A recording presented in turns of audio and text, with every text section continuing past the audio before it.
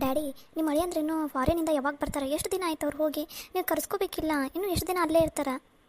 ಹೌದ್ರಿ, ಎಷ್ಟು ದಿನ ಆಯ್ತು ರೀ ಅಳಿ ಅಂದ್ರೆ ಹೋಗಿ? ನೀವು ಅಳಿ ಅಂದ್ರೆ ಅಲ್ಲೇ ಬಿಟ್ಬಿಟ್ಟಿರಲ್ಲ ಫಾರಿನಲ್ಲಿನ, ಬೇಗ ಬಾ ಅಂತ ಹೇಳಬೇಕಿಲ್ಲ? ಅಯ್ಯೋ ಶಾಲು, ನಾನು ಅದನ್ನೇ ಹೇಳ್ತಾ ಇದ್ದೀನಿ, ಬಂದು ಬಿಡ್ರಿ ಅಳಿ ಅಂದ್ರೆ ಅಲ್ಲಿ ಬೇಕಾದ್ರೆ ಬೇರೆಯವ್ರು ಯಾರಾದರೂ ಮ್ಯಾನೇಜ್ ಮಾಡ್ತಾರೆ, ಇಲ್ಲ ಮ್ಯಾನೇಜರ್ಗೆ ಹೇಳ್ಬರಿ ಅಂತಂದ್ರೆ, ಇಲ್ಲ ಮಾವ ಎಲ್ಲ ಕಂಪ್ಲೀಟ್ ಮಾಡಿನೇ ಬರ್ತೀನಿ ನಾನು, ಇನ್ನೂ 1 ಮಂತ್ ಆಗುತ್ತೆ, ಅಷ್ಟರಲ್ಲೆಲ್ಲ ಫುಲ್ ಕಂಪ್ಲೀಟ್ ಮಾಡಿನೇ ಬರ್ತೀನಿ ನಾನು, ಮತ್ತೆ ಪದೇ ಪದೇ ಹೋಗೋದು ಬರೋದು ಆಗೋದೇ ಬೇಡ ಅಂತಂದ್ರಮ್ಮ. ಏನು ಡ್ಯಾಡಿ, 1 ಮಂತ್ ಅಂದರೆ ಎಷ್ಟು ದಿನ ಆಯಿತು? ಇವತ್ತು ನಾನೇ ಕಾಲ್ ಮಾಡಿ ಮಾತಾಡ್ತೀನಿ, ಬೇಗ ಬಾ ಅಂತ ಹೇಳ್ತೀನಿ. ಆಯ್ತಮ್ಮ ಹೇಳು, ನಾನೇನಾದರೂ ಬೇಡ ಅಂತೀನ? ನಾ ಬಾ ಅಂತಾನೆ ಹೇಳ್ತಾ ಇದ್ದೀನಿ ಅಳಿಯಂದ್ರಿಗೆ. ನಿಂಗೆ ಗೊತ್ತಲ್ಲ, ನಿನ್ನ ಗಂಡ ಯಾವುದಾದ್ರೂ ಒಂದು ಕೆಲಸ ಹಿಡಿದ್ರಂದ್ರೆ ಅದ್ರ ಫುಲ್ ಕಂಪ್ಲೀಟ್ ಮಾಡೋವರೆಗೂ ಬಿಡೋದೇ ಇಲ್ಲ. ನಾನರಿ ಏನು ಮಾಡಲಮ್ಮ, ಕರೆದು ನನಗೂ ಸಾಕಾಯ್ತು. ಸರಿ ಡ್ಯಾಡಿ, ನಾನೇ ಏನಾದರೂ ಮಾಡ್ತೀನಿ ತಗೋರಿ. ಅಲ್ಲಮ್ಮ, ನಿಮ್ಮ ತಮ್ಮ ಎಲ್ಲ ಅದನ್ನು ಆಫೀಸ್ಗೆ ಹೋದನಾಗಲೇ? ಇನ್ನೂ ಇಲ್ಲ ಡ್ಯಾಡಿ, ನಾಷ್ಟ ಮಾಡಿದ್ರೆ ಈಗ ಅವರು ರೂಮಿಗೆ ಹೋದ್ರು, ಬರ್ತಾರೆ ನಿನ್ನೇನ. ಇವಾಗ ಹೋಗ್ತೀನಂತಂದು ಆಫೀಸಿಗೆ.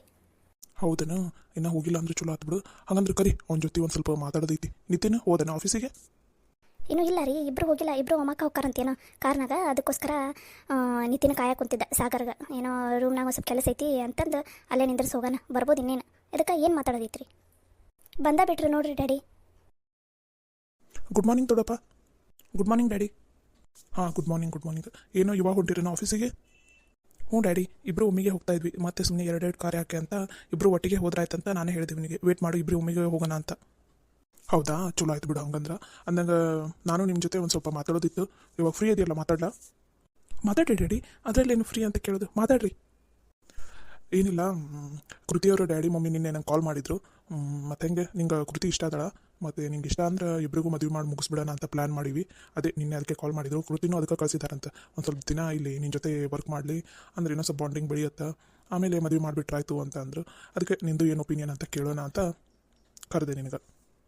ಹೌದಾ ದೊಡ್ಡಪ್ಪ? ಕೃತಿ ಮಾಡೋದು ಮತ್ತು ಸಾಗರ್ ಅಣ್ಣಂದು ಜೋಡಿ ಮಾತ್ರ ಚೆನ್ನಾಗಿದೆ ದೊಡ್ಡಪ್ಪ, ಮಸ್ತಿದೆ ಅವರಿಬ್ಬರದ್ದು ಪೇರು. ಸ್ವಲ್ಪ ಬಾಯಿ ಮುಚ್ಕೊಂಡಿರ್ತೀಯಾ ನಿತಿನ್? ಸಾರಿ ಅಣ್ಣ. ಡ್ಯಾಡಿ, ನಂಗೆ ಈಗಲೇ ಮದುವೆ ಬೇಡ, ಅದು ಅಲ್ಲದೆ ಕೃತಿ ಅಂದರೆ ನನಗೆ ಈಗಲೇ ಮದುವೆ ಇಷ್ಟ ಇಲ್ಲ ಡ್ಯಾಡಿ. ಅದು ಅಲ್ಲದೆ ನಾನು ಕೃತಿನ ಯಾವತ್ತೂ ಆ ದೃಷ್ಟಿಯಿಂದ ನೋಡೇ ಇಲ್ಲ, ಸೊ ನನಗೆ ಈ ಮದುವೆ ಇಷ್ಟ ಇಲ್ಲ ಡ್ಯಾಡಿ. ಅಯ್ಯ, ಹಂಗಂದ್ರೆ ಹಂಗಪ್ಪ, ಇನ್ನೂ ಎಷ್ಟು ದಿನ ಅಂತ ಹಂಗೆ ಇರ್ತಿದ್ದಿ? ಎಷ್ಟು ವರ್ಷ ಆಯ್ತು ನೀನು? 2 ವರ್ಷದಿಂದ ನಾವು ಕೇಳ್ತಾ ಇದ್ವಿ ಮದುವೆ ಆಗು ಅಂತಂದು. ನೀನು ನೋಡಿದ್ರೆ ಇನ್ನೂ ಈಗಲೇ ಬೇಡ ಡ್ಯಾಡಿ ಅಂತಂದು. ಇಷ್ಟು ದಿನ ಏನೋ ಸುಮ್ಮನೆ ಇದ್ವಿ, ಇನ್ಮೇಲೆ ಸುಮ್ಮನೆ ಇರೋಂಗಿಲ್ಲ. ನೀನು ಒಂದು ಕೃತಿನ ಮದುವೆ ಆಗಬೇಕು, ಇಲ್ಲಾಂದ್ರೆ ನೈನನ ಮಗಳು ಅದಳಲ್ಲ ಸ್ಪಂದನ, ಅವಳನ್ನ ಮದುವೆ ಆಗಬೇಕು. ಇಬ್ಬರಲ್ಲಿ ಯಾರನ್ನ ಮದುವೆ ಆಗ್ತಿ ಅನ್ನೋದನ್ನ ಯೋಚನೆ ಮಾಡಿ ನನಗೆ ಹೇಳು, ಸರಿನಾ?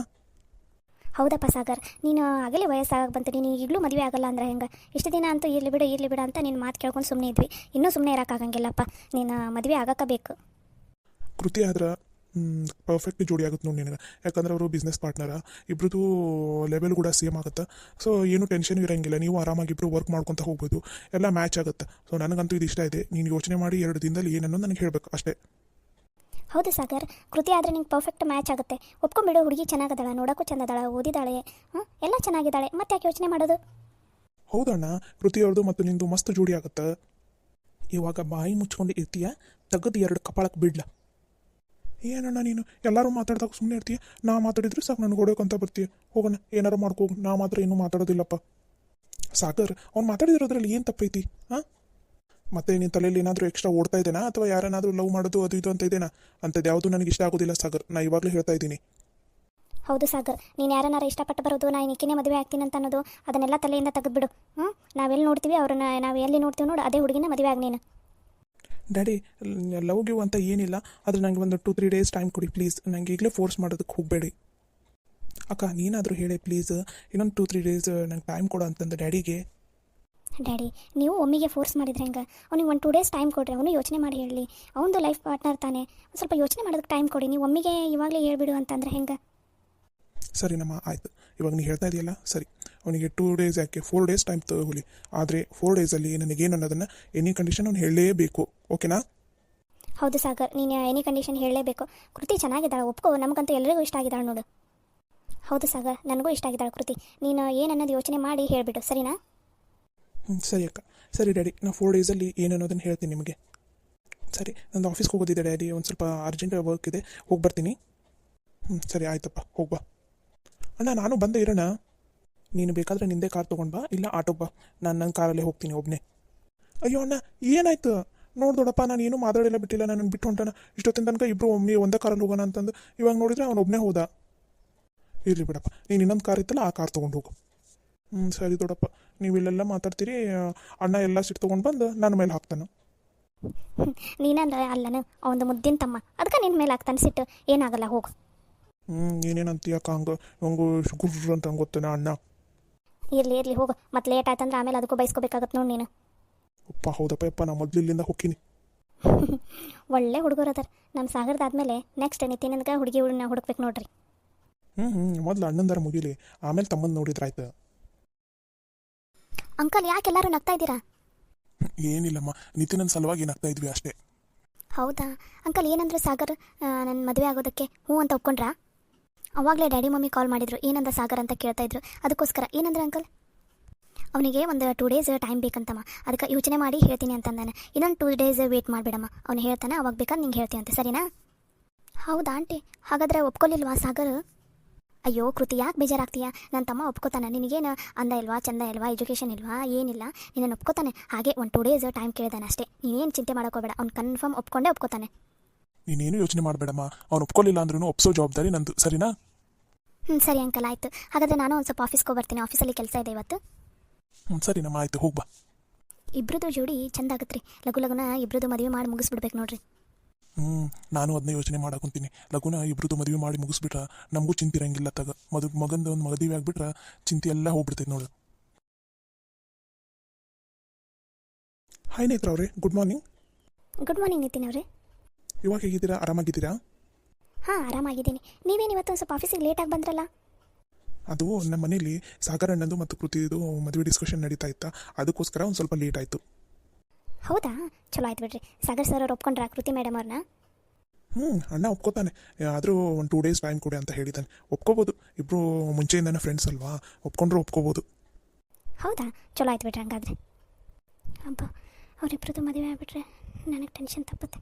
ಸಾಗರ್ ಅವ್ರು ನನ್ನಿಂದ ಬರೋದನ್ನು ಬಿಡ್ತಾರೆ. ಏನಾದರೂ ಅಂದ್ರೆ ನೇತ್ರ ಅವರೇ? ಹಾಂ ಏನೂ ಇಲ್ಲ. ಅದೇ ವರ್ಕ್ ಮಾಡ್ತಾ ಇದ್ದಲ್ಲ, ಅದ್ರ ಬಗ್ಗೆನೇ ಒಂದು ಸ್ವಲ್ಪ ಯೋಚನೆ ಮಾಡ್ತಾ ಇದ್ದೆ. ಮತ್ತೆ ನಿಮಗೆ ಖುಷಿ ಇಲ್ವಾ ಸಾಗರ್ ಸರ್ ಮತ್ತು ಇದು ಕೃತಿ ಮೇಡಮ್ ಅವರು ಮದುವೆ ಆಗ್ತಾ ಇರೋದು? ಅಯ್ಯೋ ನಂಗೆ ಫುಲ್ಲು ಖುಷಿನಪ್ಪ. ಅವರಿಬ್ರದ್ದು ಮದುವೆ ಆದರೆ, ಇಬ್ಬರದ್ದು ಜೋಡಿ ಚೆನ್ನಾಗಿದೆ. ಇಬ್ಬರು ಮದುವೆ ಆದರೆ ಅಷ್ಟೇ ಸಾಕಪ್ಪ. ಹೌದಲ್ವಾ, ನಾನು ಅದನ್ನೇ ಹೇಳಿದ್ದು ಮನೇಲಿ, ಅವರಿಬ್ರದ್ದು ಜೋಡಿ ಚೆನ್ನಾಗಿದೆ ಅಂತ. ಅದಕ್ಕೋಸ್ಕರ ನಮ್ಮ ಮನೇಲೂ ಅದಕ್ಕೆ ಅವರಿಬ್ರದ್ದು ಮದುವೆ ಮಾಡಿ ಮುಗಿಸ್ಬಿಡೋಣ ಅಂತ ಯೋಚನೆ ಮಾಡ್ತಾ ಇದ್ದಾರೆ, ಡಿಸ್ಕಷನ್ ಮಾಡ್ತಾ ಇದ್ದಾರೆ. ಅಣ್ಣ, ನೀನು ಯಾವಾಗ ಬಂದೆ? ಕಂಗ್ರ್ಯಾಚುಲೇಷನ್ಸ್ ಸರ್, ನಿಮ್ಮದು ಮದುವೆ ಫಿಕ್ಸ್ ಆಯ್ತಂತಲ್ಲ. ನೇತ್ರ ಅವರೇ, ನನ್ನ ಕ್ಯಾಬಿನಿಗೆ ಬರ್ರಿ. Okay sir. ನಿತಿನ್, ನೀವ್ಯಾಕೆ ಹಂಗೆ ಬಾಯ್ ತಗೊಂಡು ನಿಂತ್ಕೊಂಡಿದ್ದೀರಲ್ಲ? ಏನು ನೀವು, ನಾವಿಬ್ಬರು ಮಾತಾಡೋದನ್ನ ಅಣ್ಣ ಕೇಳಿಸ್ಕೊಂಡ್ಬಿಟ್ಟ. ಇವತ್ತು ಮತ್ತೇನು ಕಾದಿದ್ದೀನೋ ಏನೋ ನಮ್ಮ ಅಣ್ಣನ ಹತ್ರ ನಂದು. ಸರಿ ತಗೋರಿ, ನೀವು ವರ್ಕ್ ಮಾಡಿರಿ, ನಂಗೆ ಬಾಸ್ ಕರೀತಾ ಇದ್ದಾರೆ, ಹೋಗಿ ಬರ್ತೀನಿ. ಸರಿ ಆಯಿತು.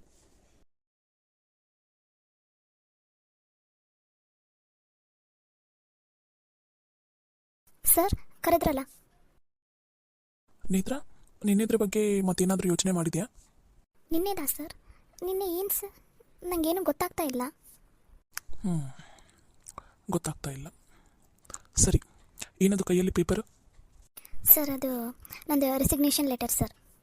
ಅಂದರೆ ನೀವು ರಿಸೈನ್ ಮಾಡಿ ಹೋಗ್ತಾ ಇದ್ದೀರಾ? ಹಾಂ ಸರ್, ಹೌದು. ಪ್ಲೀಸ್ ಎಕ್ಸೆಪ್ಟ್ ಮಾಡಿ ಸರ್ ನಂದು ರೆಸಿಗ್ನೇಷನ್ ಲೆಟರ್ನ. ನೇತ್ರ, ನಿಮಗೆ ನೆನಪಿಲ್ವಾ, ಒಂದು 15 days ಏನೋ 1 month ಹಿಂದೆ ನೀವು ನನ್ನ ಹತ್ರ 2 ಲಕ್ಷ ರೂಪಾಯಿ ಇಸ್ಕೊಂಡಿದ್ರಿ, ನೆನಪಿದೀನಾ? ಹೌದು ಸರ್, ಅದನ್ನು ನಾನು ಬೇರೆ ಕಂಪ್ನಿಗೆ ಜಾಯ್ನ್ ಆದಮೇಲೇನು ಅದನ್ನು ಆ ಅಮೌಂಟನ್ನು ಮಾತ್ರ ನಾನು ಇಟ್ಕೊಳಲ್ಲ ಸರ್, ತೀರಿಸ್ತೀನಿ. ಹಾಂ, ಅಮೌಂಟ್ ಅಷ್ಟೇ ಅಲ್ಲ, ಆವಾಗ ನಾನು ನಿನ್ನ ಹತ್ರ ಒಂದು ಅಗ್ರಿಮೆಂಟ್ ಮಾಡ್ಕೊಂಡಿದ್ದೆ, ನೆನಪಿದೀನಾ? ಹಾಂ ಸರ್, ನೆನಪಿದೆ. ಅದರಲ್ಲಿ ಏನು ಬರೆದಿದ್ದೆ ಅಂತ ನೋಡಿದೀಯಾ? ಅದು ಅವತ್ತು ಅರ್ಜೆಂಟಲ್ಲಿ ನೋಡೋದಕ್ಕೆ ಆಗಲಿಲ್ಲ ಸರ್. ಬಾಬಾ ಅಂದ್ರೆ 2 ಲಕ್ಷ ರೂಪಾಯಿ ಕೊಟ್ಟು ಆಮೇಲೆ ರಿಸೈನ್ ಮಾಡ್ಬೋದು ಅಂತ ಏನಾದರೂ ಬರೆದಿರ್ಬೋದು ಏನೋ ಸರ್. ನಾನು ಅವತ್ತು ಸರಿಯಾಗಿ ನೋಡೋದಕ್ಕೆ ಆಗಲಿಲ್ಲ. ನೀವು ಎನಿ ಕಂಡೀಷನ್ ಇನ್ನೂ 5 ವರ್ಷ ಈ ಕಂಪ್ನಿನ ಬಿಟ್ಟು ಹೋಗೋ ಹಾಗಿಲ್ಲ. ನೀವು ಆ ಥರ ಅಗ್ರಿಮೆಂಟ್ ಮಾಡಿದ್ದೀರಾ. ನೀವು ಬೇಕಾದರೆ 2 ಲಕ್ಷ ರೂಪಾಯಿಗೆ ನನಗೆ ಕೊಟ್ಟು ಎಕ್ಸ್ಟ್ರಾ ಒಂದು 10 ಲಕ್ಷ ರೂಪಾಯಿ ಕೊಡ್ರಿ. 10 ಲಕ್ಷ ರೂಪಾಯಿ ಕೊಟ್ಬಿಟ್ಟು ಆಮೇಲೆ ಹೋಗಿ, ಅವಾಗ ನಾನು ರೆಸಿಗ್ನೇಷನ್ ಲೆಟರ್ನ ಎಕ್ಸೆಪ್ಟ್ ಮಾಡ್ತೀನಿ. ಹಾಂ, ಏನು ಹೇಳ್ತಿದ್ದೀರಾ ಸರ್ ನೀವು? 10 ಲಕ್ಷ ರೂಪಾಯಿನಾ? ಹಾಂ ಹೌದು ನೇತ್ರ, 10 ಲಕ್ಷ ರೂಪಾಯಿನೇ. ಯಾಕಂದರೆ 5 ವರ್ಷದ ಅಗ್ರಿಮೆಂಟನ್ನು ನಾನು ಕ್ಯಾನ್ಸಲ್ ಮಾಡಬೇಕಂದ್ರೆ ನೀವು 10 ಲಕ್ಷ ರೂಪಾಯಿ ಕೊಟ್ಟು ಆಮೇಲೆ ಬೇಕಾದರೆ ಕ್ಯಾನ್ಸಲ್ ಮಾಡಿ ನೀವು ಹೋಗ್ತಾ ಇರು. ನಾನೇನು ನಿಂಗೆ ಅಡ್ಡಿಪಡಿಸೋದಿಲ್ಲಪ್ಪ. ಬೇಕಾದರೆ ಇವಾಗ 10 ಲಕ್ಷ ರೂಪಾಯಿ ಕೊಡ್ತೀಯಾ, ಇವಾಗಲೇ ಅಗ್ರಿಮೆಂಟನ್ನು ಇಲ್ಲೇ ಹರಿದು ಬಿಸಾಕ್ಬಿಡ್ತೀನಿ. ಏನು ಮಾಡ್ತೀಯ ಇವಾಗ? ಬೇಡ ಸರ್, ನನಗೆ ಇವಾಗ 10 ಲಕ್ಷ ರೂಪಾಯಿ ಕೊಡೋದಕ್ಕಾಗೋದಿಲ್ಲ. ಹಾಂ, ಹಾಗಾದರೆ ಇವಾಗ ಸೀದಾ ಹೋಗಿ ಕೆಲಸ ಮಾಡ್ತಾಯಿರು. ಇದು ರಿಸಿಗ್ನೇಷನ್ ಕೊಟ್ಟು ಹೋಗೋದು, ಇನ್ನೊಂದು ಬಿಟ್ಟು ಹೋಗೋದು, ಅದನ್ನೆಲ್ಲ ತಲೆಯಲ್ಲಿ ಯೋಚನೆ ಕೂಡ ಮಾಡೋದಕ್ಕೆ ಹೋಗ್ಬೇಡ, ಓಕೆನಾ? ಸರ್, ನಾನೇನು ರೆಸಿಗ್ನೇಷನ್ ಕೊಡೋದಿಲ್ಲ. ನೀವೇ ನನ್ನನ್ನು ಈ ಆಫೀಸಿಂದ ಕಳಿಸ್ಬೇಕು. ಹಾಗೆ ಮಾಡ್ತೀನಿ. ನಾನು ಮಾತ್ರ ಇಲ್ಲಿ ಕೆಲಸ ಮಾಡೋದಿಲ್ಲ. ನೇತ್ರ, ನೀ ಈ ಆಫೀಸನ್ನು ಬಿಟ್ಟು ಹೇಗೆ ಹೋಗ್ತೀಯ ಅಂತ ನಾನು ನೋಡ್ತೀನಿ.